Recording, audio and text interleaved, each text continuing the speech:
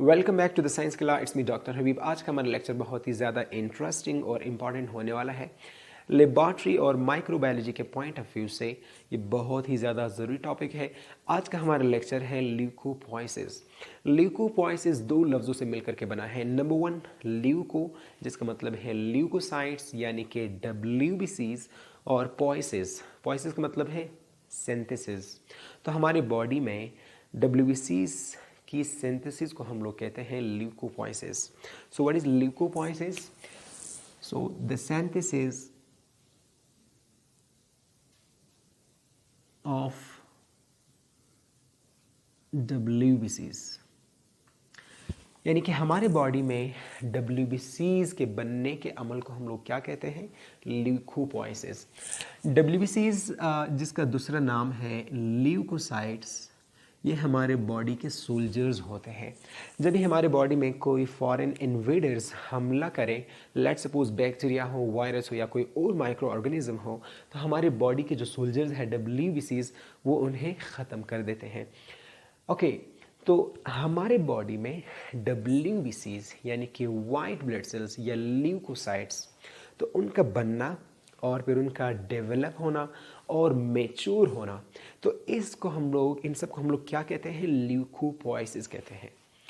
Okay, ल्यूकोपोइसिस के हवाले से जो सबसे पहला क्वेश्चन है वो ये है कि ये होता कहाँ है। ओके, ल्यूकोपोइसिस दरअसल हमारे पास, लेट सपोज ये बोन है, ठीक है, तो बोन की जो प्रेफिसीज है स्पेशली, ठीक है, और हमारे पास यहाँ पर जो रेड बोन मैरो है, तो रेड बोन मैरो में जो है ल्यूकोपोइसिस होती है। So let suppose this is the red bone marrow,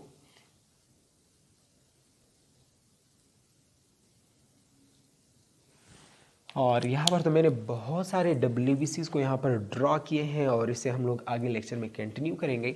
तो हमारे पास लेट सपोज इन सब को मैं मुख्तसरन इनमें से चंद एक WBCs को यहाँ पर मैं शो कर लेता हूँ। लेट सपोज हमारे पास एक स्टेम सेल है, इसका न्यूक्लियस है, तो इससे जो भी इसकी प्रोलिफरेशन होगा, इस स्टेम सेल से जो भी आगे WBCs बनते जाएंगे in the red bone marrow, तो इस अमल को हम लोग क्या कहते हैं? इसे हम लोग कहते हैं ल्यूकोपोइसिस।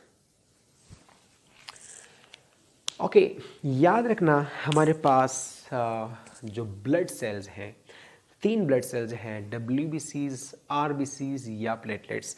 तो हमारे पास ये तीनों के तीनों ब्लड सेल्स एक ही स्टेम सेल से बनते हैं। तो हमारे पास लेट सपोज ये हमारे पास एक स्टेम सेल है, और स्टेम सेल ये जो बुनियाद का एक खोलिया है जिसे हम लोग स्टेम सेल कहते हैं, जिससे बाद में जो है आगे जाकर के सारे सेल्स बनेंगे, तो इसे हम लोग स्टेम सेल कहते हैं। तो इस स्टेम सेल से हमारे पास ये तीनों ब्लड सेल्स बनते हैं। सो हमारे पास RBCs भी बनते हैं, ठीक है, और हमारे साथ इसी स्टेम सेल से प्लेटलेट्स भी बनते हैं, प्लेटलेट्स,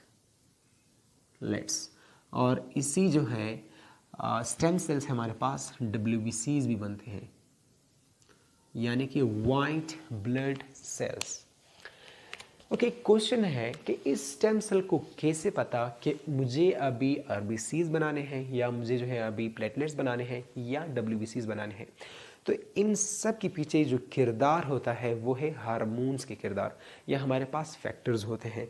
तो याद रखना, एग्ज़ाम पॉइंट ऑफ व्यू से ये बहुत ही ज़्यादा ज़रूरी क्वेश्चन है।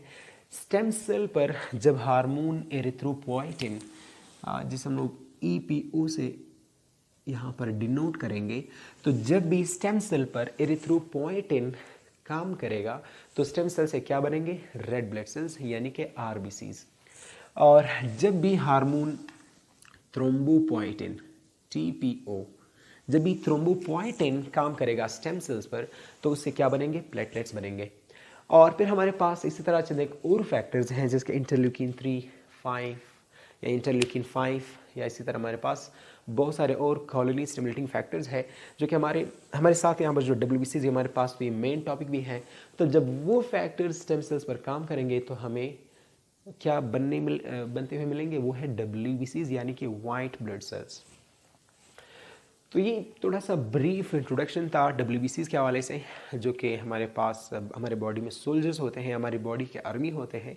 तो हमारे बॉडी के WBCs या सोल्जर्स के बनने के अमल को हम लोग क्या कहते हैं, ल्यूकोपोइसिस। होता कहाँ है, रेड बोन मेरो में, ठीक है। और एक ही स्टेम सेल से मुख्तलिफ फैक्टर्स या हार्मोन्स के एक्टिंग की वजह से हमें मुख्तलिफ ब्लड सेल्स बनते मिलेंगे। तो हम लोग स्टार्ट लेते हैं यहाँ पर। तो मैंने बहुत सारे जो हैं वो इसको थोड़ा हम लोग जूम आउट करते हैं कि ये रेड बोन मेरो में हमारे पास कौन कौन से WBCs किस तरह बनते हैं और फिर किस तरह मेच्योर होकर के हमारे पास यहाँ पर ब्लड वेसल में आ जाएंगे और किस तरह ये अपनी काम शो करेंगे। तो चलिए हम लोग शुरुआत लेते हैं। हमारे पास सबसे पहले यहाँ पर हमारे पास होता है एक स्टेम सेल। इस स्टेम सेल का नाम है हमारे पास हेमाटोसाइटोब्लास्ट।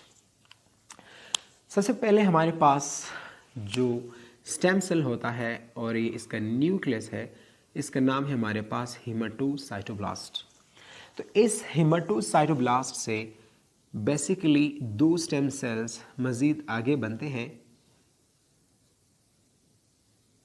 एक का नाम है, लेट्स सपोज ये ऊपर वाला हमारे पास एक स्टेम सेल है, ये इसका न्यूक्लियस है, और ये हमारे पास एक और स्टेम सेल है और ये इसका न्यूक्लियस है।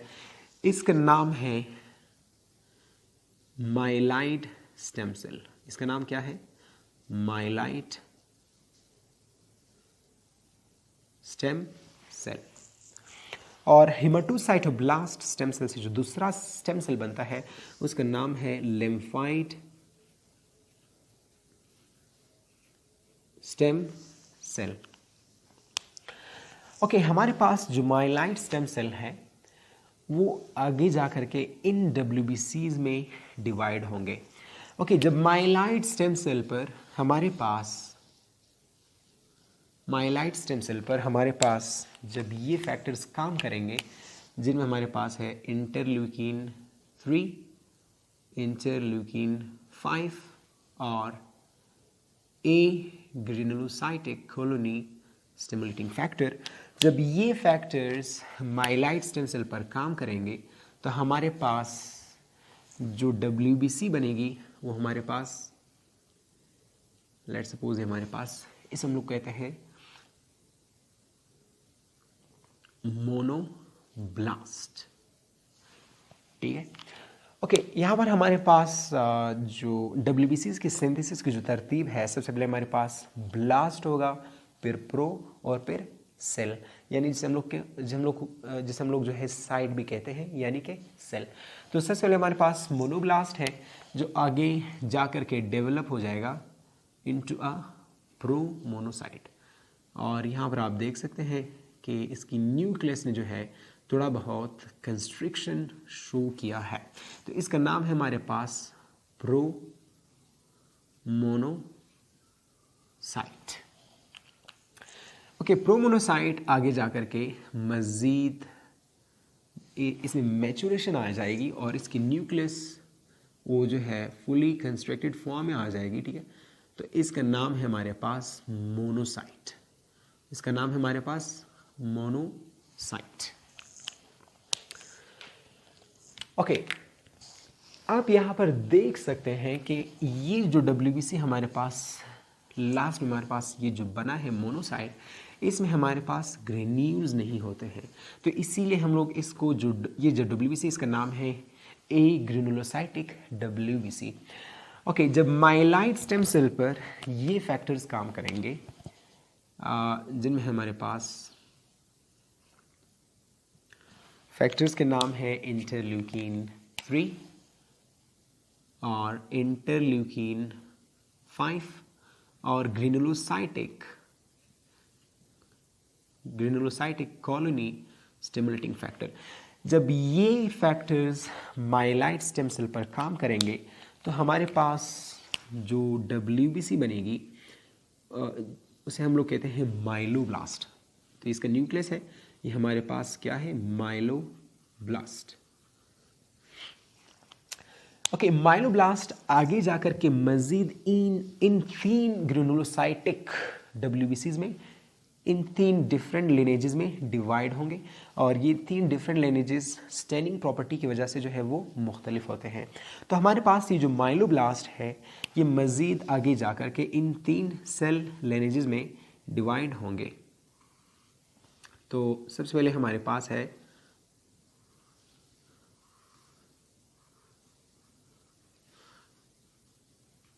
तो ये हमारे पास ऐसे WBCs हैं जिनमें हमारे पास क्या होते हैं, ग्रेन्यूल्स भी होते हैं। ओके, सबसे पहले ऊपर वाले को कंटिन्यू कर लेते हैं। तो सबसे पहले जो हमारे पास जो ऊपर वाला WBC है, तो इसे मैं जो है चूंकि ब्लू जो है यहाँ पर कलर कर रहा हूँ, तो ये हमारे पास एक ग्रेनुलोसाइटिक WBC है।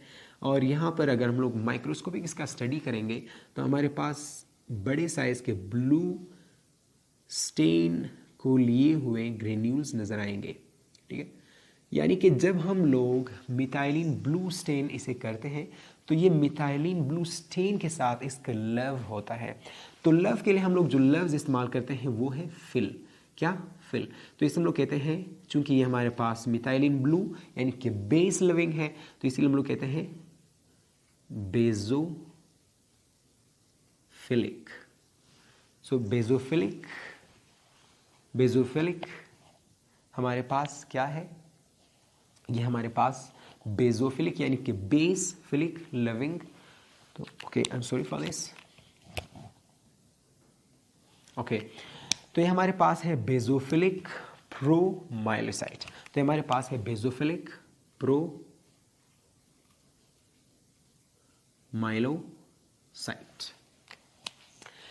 ओके, ये जो नेक्स्ट माइलोब्लास्ट है, जो नेक्स्ट WBC है, तो इसे मैं ये रेड कलर कर रहा हूँ। तो ये हमारे पास इसका न्यूक्लियस है। ठीक है, और इसमें हमारे पास जो ग्रेन्यूल्स है वो बड़े साइज के, और इसने जो है रेड एसिड एसिड के साथ इसका लव है।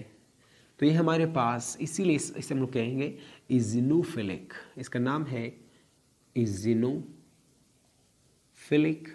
ओके, वही तरतीब है ब्लास्ट फिर प्रो फिर साइट। तो ये इजिनोफिलिक प्रोमाइलोसाइट।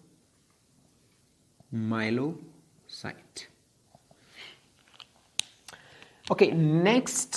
ओके, आप देख सकते हैं कि तीनों में हमारे पास, इसमें और इसी तरह बेजोफिलिक में और इजिनोफिलिक में हमारे पास ग्रेन्यूल्स होते हैं। ग्रेन्यूल्स हमारे पास छोटे छोटे थीलिया है। ठीक है, ओके, नेक्स्ट हमारे पास जो यहाँ पर जो ग्रेनुलोसाइटिक WBC यहाँ इससे डेवलप होगा वो हमारे पास है, लेट्स सपोज इसका न्यूक्लियस है और इसके ग्रेन्यूल जो है हमारे पास छोटे साइज के और ब्लू कलर के हैं। यानी कि इन ग्रेन्यूल्स ने ब्लू मिथाइलिन ब्लू स्टेन भी लिया है और इसके अलावा जो रेड एसिड का स्टेन है उसके साथ भी इसका एफिनिटी है। तो इसका लव दोनों के साथ है, तो एक न्यूट्रल टाइप का रिएक्शन हमें मिलेगा। तो नहीं रेड कलर और नहीं ब्लू कलर, बल्कि इनके बीच का एक कलर इसका होगा पिंकिश कलर। तो इसे हम लोग कहते हैं, इसका नाम है हमारे पास, इसका नाम हमारे पास होगा न्यूट्रोफिलिक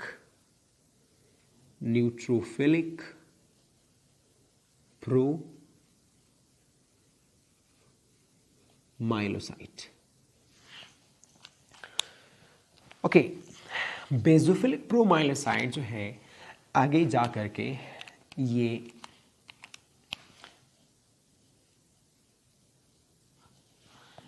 इसकी न्यूक्लियस जो है आगे जा कर के जो है वो क्या होंगे, कंस्ट्रक्शन इसके शुरू हो जाएंगे। क्योंकि हमारे पास ग्रेन्यूल चाहिए ताकि ये आगे जा कर के अपने काम सर अंजाम दे सके। तो हमारे पास जो इनकी न्यूक्लियस है रिस्पेक्टिवली, लेट्स सपोज मैंने यहाँ पर ब्लू, रेड और ब्लैक यहाँ पर ड्रॉ किए, लेकिन इनकी जो मुख्तलिफ नाम है वो इन ग्रेन्यूल्स की स्टेनिंग प्रॉपर्टी की वजह से रखे गए हैं। तो हमारे पास लेट्स सपोज इसका न्यूक्लियस है, तो इसने थोड़ा बहुत क्या शुरू किया है, कंस्ट्रक्शन शुरू किया है। ठीक है, तो आप देख सकते हैं यहाँ पर हमारे पास जो न्यूक्लियस है इनका, उन्होंने क्या कंस्ट्रक्शन शुरू किया है। ठीक है, और ये हमारे पास इज़ोनोफिल का न्यूक्लियस है और इसने भी जो है थोड़ा बहुत कंस्ट्रक्शन शुरू किया है। और of course these are the big quartz granules. और इन ग्रेन्यूल्स जो है वो इसकी एफिनिटी है एसिड एसिड के साथ, और ये हमारे पास ब्लू ग्रेन्यूल्स हैं बड़े साइज़ के, और इसने जो है ये जो बेस लविंग या मिथाइलिन ब्लू के साथ इसकी एफिनिटी है इन ग्रेन्यूल्स के। और यहाँ पर हमारे पास दोनों टाइप के ग्रेन्यूल्स मिलेंगे, छोटे छोटे साइज़ के ग्रेन्यूल्स हमें यहाँ पर मिलेंगे। कि हमारे पास ये ब्लू है, और इसी तरह हमारे पास यहाँ पर रेड कलर के ग्रेन्यूल्स भी हमें मिलेंगे। तो इनकी एफिनिटी दोनों के साथ है। ओके, ये जो कंस्ट्रिक्टेड फॉर्म में हमारे पास ये जो WBCs आए हैं, ग्रेन्यूलोसाइटिक WBCs, इसका नाम हमारे पास है बेजोफिलिक माइलोसाइट, और इस नेक्स्ट WBC का नाम बन जाएगा इजिनोफिलिक माइलोसाइट, और इसका नाम हमारे पास है न्यूट्रोफिलिक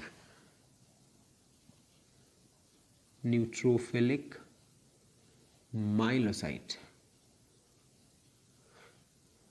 इसका नाम हमारे पास है न्यूट्रोफिलिक माइलोसाइट। ओके, आगे जाकर के ये मज़ीद डेवलप या मैच्योर होंगे, और इन नेक्स्ट स्टेप में इन सेल्स के जो न्यूक्लियाई हमारे पास, ये एक सिंगुलर न्यूक्लियस, 3 न्यूक्लियाई, तो इनकी न्यूक्लियाई ने जो है वो ज़बरदस्त कंस्ट्रिक्टेड फॉर्म में इसकी न्यूक्लियस आ चुके हैं। ठीक है, तो ये हमारे पास इनके न्यूक्लियस है, और ये इसके बिग साइज जो है ग्रेन्यूल्स हैं। ठीक है, और ये हमारे पास नेक्स्ट सेल है, तो इसके न्यूक्लियस ने भी मुकम्मल जो है वो कंस्ट्रक्टेड फॉर्म में आ चुका है, और ये इसके हमारे पास ये ग्रेन्यूल्स है, बिग साइज़ के ग्रेन्यूल्स। ठीक है, छोटे छोटे थैलियाँ जिसमें हमारे पास मुख्तलिफ़ किस्म के एंजाइम्स वगैरह होंगे, और ये हमारे पास है नेक्स्ट सेल का न्यूक्लियस, और आप इसे देख सकते हैं मुकम्मल तौर पर ये कंस्ट्रक्शन इसने शो किया है। और ऑफ कोर्स हमारे पास यहाँ पर जो ग्रेन्यूल्स होंगे वो दोनों के तरह के होंगे, blue loving methylene blue loving वाले भी, और ऐसे ग्रेन्यूल्स जो कि रेड एसिड के साथ भी एफिनिटी रखते हैं। ओके, तो इसे हम लोग कहते हैं बेंड सेल्स। तो इसका नाम बन जाएगा बेजोफिलिक बेंड सेल, बेजोफिलिक बेंड सेल, और इसका नाम है इजिनोफिलिक बेंड सेल,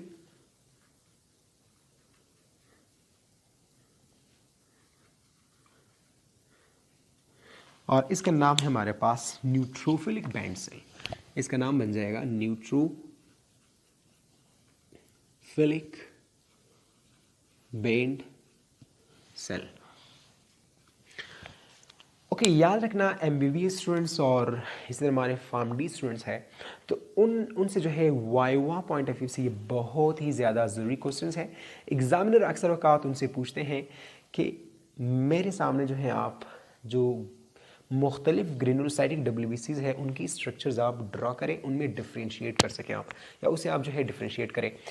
ओके, नेक्स्ट हमारे पास यहाँ पर चूंकि अभी बैंड सेल्स बन चुके हैं, न्यूक्लियस ने जो है मुकम्मल तौर पर कंस्ट्रक्शन इख्तियार कर चुका है, अब ये न्यूक्लियाई जो मुख्तलिफ सेल्स के हैं ये सिगमेंटेशन शो करेगा, इसके मुख्तलिफ पार्ट्स बनेंगे। हमारे पास जो बेजोफिल है इसके न्यूक्लियस जो है वो उसी तरह यू शेप्ड या एस शेप्ड में इसका न्यूक्लियस आ जाएगा। तो माइक्रोस्कोप के नीचे हम लोग इन WBCs को इनकी स्ट्रक्चर्स ऑफ द न्यूक्लियाई की वजह से उसे हम लोग मालूम कर सकते हैं। तो इसका न्यूक्लियस हमारे पास एस शेप्ड, इसकी सेगमेंटेशन हो जाएगी, और हमारे पास इसके ग्रेन्यूल्स हैं, और हमारे पास जो इजिनोफिल है इसके जो न्यूक्लियस है उसके 2 लोब्स बन जाएंगे, बिल्कुल ऐसे जैसे इसने चश्मे पहने हो। तो ये हमारे पास न्यूक्लियस के 2 लोब्स बन चुके हैं, और ये हमारे पास इसके ग्रेन्यूल्स हैं। ठीक है, ये हमारे पास ग्रेन्यूल्स है जिसने रेड एसिड के साथ जो है इसकी एफिनिटी है। ओके, तो ये नेक्स्ट जो है इसकी जो न्यूक्लियस है वो 2 से 5 तक लोब्स बना सकते हैं। तो लेट सपोज यहाँ पर मैंने 3 लोब्स बनाए हैं, तो जब 2 से ज़्यादा लोब्स होंगे, ठीक है, तो हमारे पास ये न्यूट्रोफिल होगा। तो इसके ग्रेन्यूल्स हमारे पास of course blue as well, correct? And of course we have got red small granules as well. Fine. Okay. अच्छा, तो इन स्ट्रक्चर्स के नाम हमारे पास हैं, तो इसे हम लोग कहते हैं बेजोफिल। तो इस WBC का नाम है बेजोफिल और इसका नाम है हमारे पास इजिनोफिल। इस WBC का नाम है इजिनोफिल। फिल का मतलब है लव, जो कि आगे से आ रहे हैं। ओके, इसका नाम है हमारे पास न्यूट्रोफिल। तो इसका नाम हमारे पास है न्यूट्रोफिल, न्यूट्रोफिल।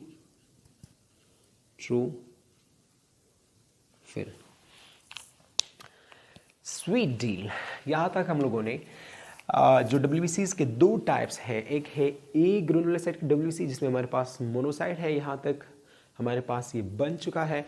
और नेक्स्ट जो माइलाइट स्टेम सेल से जो हमारे पास माइलोब्लास्ट है, वो इन तीन मुख्तलिफ सेल लिनेजेस में आकर के इन्होंने हमारे पास बेजोफिल, इजनोफिल और न्यूट्रोफिल यानी कि ग्रेनुलोसाइटिक WBCs हमारे लिए इन्होंने बना दिए। तो ये लास्ट हमारे पास ये क्या बन गए, 3 WBCs जिसके पास ग्रेन्यूल्स भी होते हैं, बेजोफिल, इजनोफिल और न्यूट्रोफिल। अब ये तैयार है और कहाँ जा सकते हैं, ब्लड में जा सकते हैं। तो हमारे पास लेट्स सपोज एक ब्लड वेसल है और फिर यहाँ पर आगे आकर के हम लोग इसे कंटिन्यू करेंगे। ओके, चूँकि आज के टॉपिक हमारे पास है कि स्टेम सेल से WBCs किस तरह बनते हैं, जिसे हम लोग ल्यूकोपोइसिस भी कहते हैं, और थोड़ा बहुत हम लोग प्लेटलेट्स को भी यहाँ पर डिस्कस करेंगे कि ये जिसे हम लोग कहते हैं थ्रोम्बोपोइसिस, उसी में हम लोग थोड़ा यहाँ पर डिस्कस करते हैं। लेकिन नेक्स्ट वीडियो में फिर हम लोग एरिथ्रोपोइसिस यानी कि रेड ब्लड सेल्स की सिंथेसिस को हम लोग फिर कंटिन्यू करेंगे। तो हम लोग थोड़ा प्लेटलेट्स को भी देख लेते हैं। ओके, प्लेटलेट्स से ये जो माइलाइट स्टेम सेल है, जब इन पर जो है वो मुख्तलिफ जो है एक हार्मोन काम करे, जिसका उस हार्मोन का नाम है थ्रोम्बोपोइटिन। याद रखना, ये जो थ्रोम्बोपोइटिन है ये किडनी और लिवर रिलीज करते हैं, और ये थ्रोम्बोपोइटिन जब माइलाइट स्टेम सेल पर काम करेगा तो ये बनाएगा मेगाकैरियोब्लास्ट। तो ये हमारे पास ये जो सेल है, लेट्स सपोज इसका न्यूक्लियस है, इसका नाम है मेगाकैरियोब्लास्ट। मेगाकैरियोब्लास्ट। ओके, मेगाकैरियोब्लास्ट ऑफ कोर्स अगेन वही तरतीब है, ब्लास्ट फिर प्रो और फिर साइट। मेगाकैरियोब्लास्ट से हमारे पास बन जाएगा मेगाकैरियोसाइट, सॉरी प्रोमेगाकैरियोसाइट। तो this is again the nucleus. तो ये हमारे पास एक बड़ा सा सेल है, एक मेगा सा सेल है जिसका नाम है प्रोमेगाकैरियोसाइट। तो इसका नाम है प्रोमेगाकैरियोसाइट। ओके, प्रोमेगाकैरियोसाइट से हमारे पास जो नेक्स्ट सेल है वो बनेगा, और ये हमारे पास इसका न्यूक्लियस है, तो इसका नाम है मेगाकैरियोसाइट।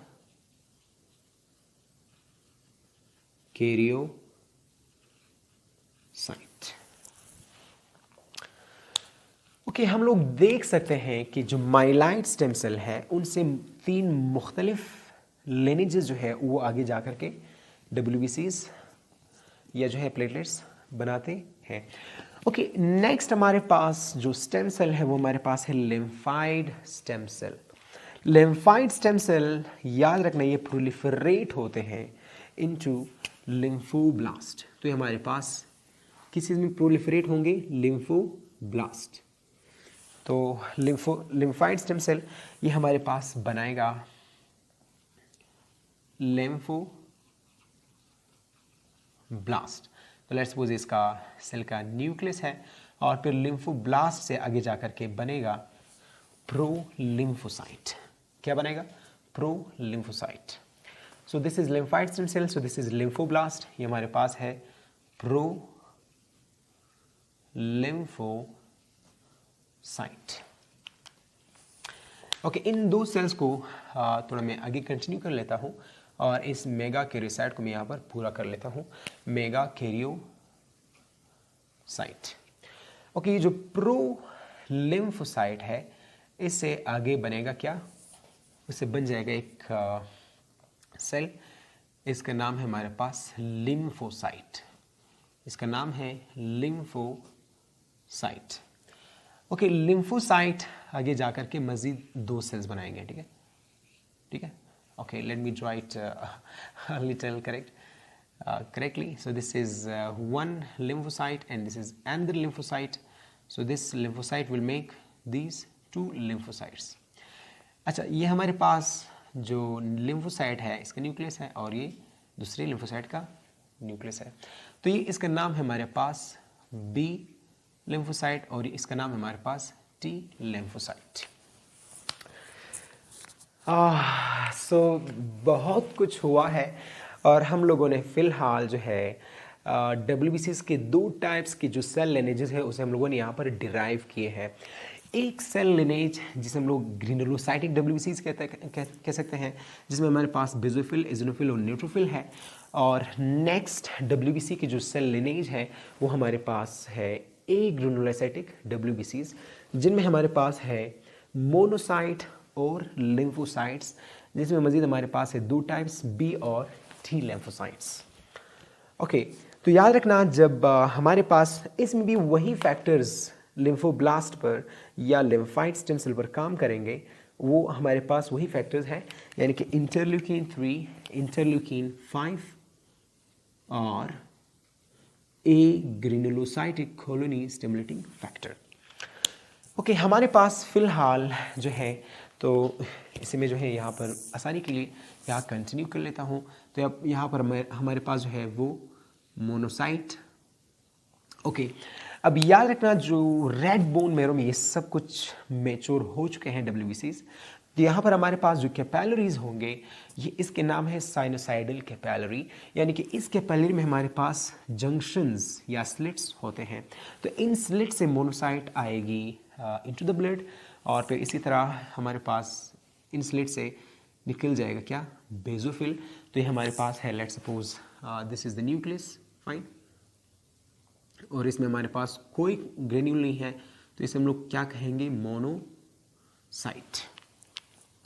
ओके, नेक्स्ट सेल यहाँ पर हमारे पास है जिसका S शेप्ड या U शेप्ड न्यूक्लियस होगा और ब्लू ग्रेन्यूल्स है इसके पास, ठीक है। तो ये इसे हम लोग कहते हैं बेसोफिल, ठीक है। और नेक्स्ट हमारे पास यहाँ पर आप देख सकते हैं कि लेट्स सपोज इज़िनोफिल है और ये ब्लड में आ चुका है और इसका न्यूक्लियस जो है हमारे पास बाइलोब्ड है, ठीक है। ये हमारे पास इसका न्यूक्लियस है और इसके ग्रेन्यूल्स है बड़े साइज के, तो इसे हम लोग कहते हैं इज़िनोफिल, इज़िनोफिल। ओके, नेक्स्ट हमारे पास न्यूट्रोफिल है, तो ये भी इन स्लिट या जंक्शंस जो है यहाँ पर आएंगे और इसके जो न्यूक्लियस है वो मल्टी लोब्ड न्यूक्लियस है, ठीक है। एक से ज़्यादा लोब्स हैं, ठीक है, 2 से ज़्यादा लोब्स हैं और इसके ग्रेन्यूल्स हमारे पास ये हैं, let's suppose blue granules and as well as red acid affinity containing granules, and so this is what, neutrophil. What is this one please, neutrophil। और हमारे पास नेक्स्ट यहाँ पर let's suppose this one is B lymphocyte, so this is B lymphocyte and this one is T lymphocyte। So what is it please, T lymphocyte। So this is B lymphocyte and this one is T lymphocyte।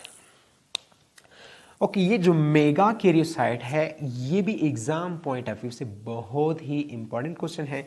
तो ये जो mega karyocyte है इसे मैं red line से यहाँ पर ले आऊँगा क्योंकि ये बहुत ही ज़्यादा ज़रूरी है।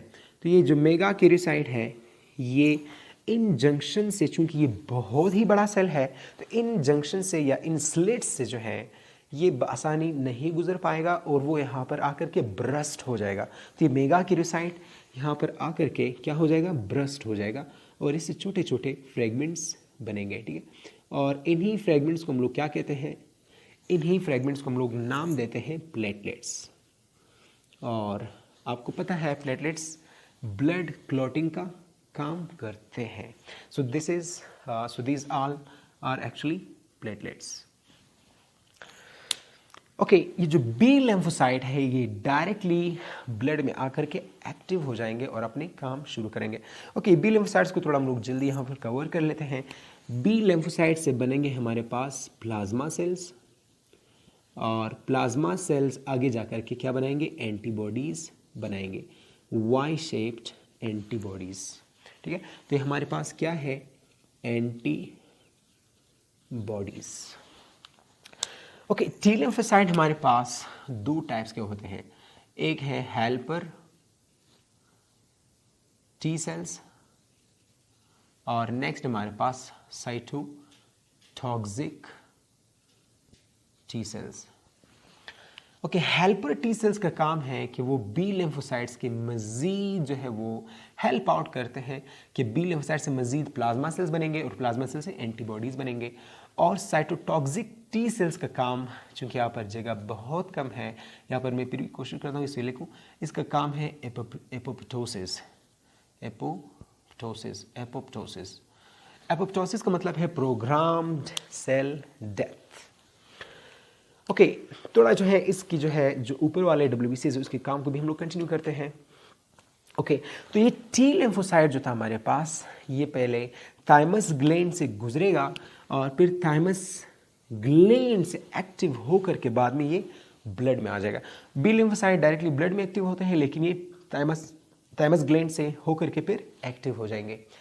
ओके, नेक्स्ट हमारे पास है मोनोसाइट। ठीक है, अच्छा, मोनोसाइट याद रखना, जैसे ही टिश्यूज की तरफ आ जाएंगे तो इसका नाम बन जाएगा मैक्रोफेज। मैक्रोफेज मतलब बिग ईटर्स, बिग फेज जो फेगोसाइटोसिस कर ले या ईटिंग प्रोसेस कर ले। तो ये मैक्रोफेजेस टिश्यूज में याद रखना है तो फ्री होंगे या जो है वो मुख्तलिफ टिश्यूज में फिक्स हो जाएंगे। लेट्स सपोज अगर ये मैक्रोफेज CNS में फिक्स हो गया, सो इसको हम लोग कहते हैं, ओके, CNS में फिक्स हो सकते हैं। इसी तरह हमारे पास ये जो है लंग्स में जो है वो ये मैक्रोफेजेस फिक्स हो सकते हैं, और इसी तरह ये लिवर में भी जो है ये मैक्रोफेजेस फिक्स हो सकते हैं, और इसी तरह बोन्स में भी ये फिक्स हो सकते हैं। ओके, CNS में जब ये फिक्स हो जाए, और इन मैक्रोफेजेस का नाम है हमारे पास माइक्रोग्लिया। क्या नाम है हमारे पास, माइक्रोग्लिया। और लंग्स में इसका नाम है एल्वुलर मैक्रोफेजेस।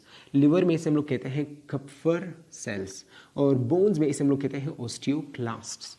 तो ये ओस्टियोक्लास्ट्स बोन्स में, कप्फर सेल्स लिवर में, लंग्स में एल्वुलर मैक्रोफेजेस, और सेंट्रल नर्वस सिस्टम में हमारे पास माइक्रोग्लिया। ये सारे हमारे पास क्या है, मैक्रोफेजेस है, जिसका काम है, सबसे बड़ा काम है फेगोसाइटोसिस। तो इसका काम है हमारे पास फेगोसाइटोसिस।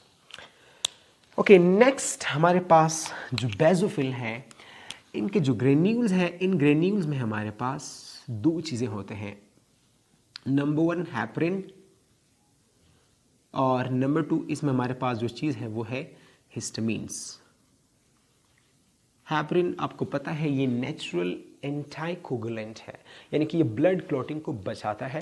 और नेक्स्ट हमारे पास जो हिस्टामीन है, ये हिस्टामीन्स है, ये इन्फ्लामेशन को कंट्रोल कर रहे होते हैं।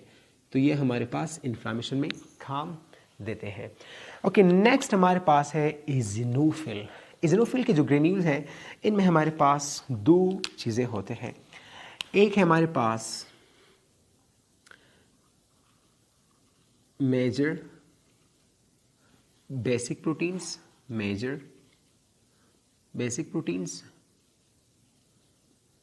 और नेक्स्ट हमारे पास इसमें होता है केटाइनिक पेप्टाइड्स, और ये दोनों मिल करके किल कर रहे होते हैं पैरासाइट्स को। They both kill parasites. So they both kill the parasites. Okay, neutrophils last हमारे पास है। न्यूट्रोफिल्स ये हमारे पास लिटिल ईटर्स होते हैं, यानी कि ये बिल्कुल मैक्रोफेजेस की तरह है, लेकिन ये माइक्रोफेज है। तो ये हमारे पास न्यूट्रोफिल जो है वो एक काम तो ये करते हैं फेगोसाइटोसिस, ठीक है। और नेक्स्ट इसका काम है oxidative breast. Okay, oxidative breast याद रखना, इन जितने WBCs की जो मैंने यहाँ पर समराइज करके इसके काम लिखे हैं, तो एक दिन हम लोग जो है इसे इम्यूनिटी के चैप्टर में इसे हम लोग डिटेल के साथ डिस्कस करेंगे। ऑक्सीडेटिव ब्रेस्ट न्यूट्रोफिल, ये ऑक्सीडेटिव ब्रेस्ट का जो मैकेनिज्म है ये भी परफॉर्म करते हैं। ऑक्सीडेटिव ब्रेस्ट क्या है कि ये फ्री रेडिकल्स बनाते हैं, जो हमारे पास हाइड्रोक्सिल आयन है या फ्री रेडिकल है, इसी तरह हमारे पास हाइपोक्लोरिक एसिड है। तो ये फ्री रेडिकल्स जो बैक्टीरिया या वायरस के, हमारे पास बैक्टीरिया के जो DNA है या मेम्ब्रेन्स उनके लिए जो है ख़तरनाक होते हैं, तो उनको डिस्ट्रॉय कर लेते हैं। लेकिन उनके साथ साथ ये अपने मेम्ब्रेन और DNA या जो इनके जो अपने मेम्ब्रेन है उसे भी डिस्ट्रॉय कर लेते हैं। सो स्वीट डील, मुझे उम्मीद है हम लोगों ने तो बहुत ज़्यादा इसके बारे में हम लोगों ने जो है कवर अप कर लिया। मुझे उम्मीद है कि आप सबको ये समझ आ चुका है, and I hope you did enjoy and I hope it helped you a lot. So if it helped, please press the like button and the bell icon, and please subscribe to my YouTube channel, The Science Killer. And as always, thanks for the listening and stay blessed.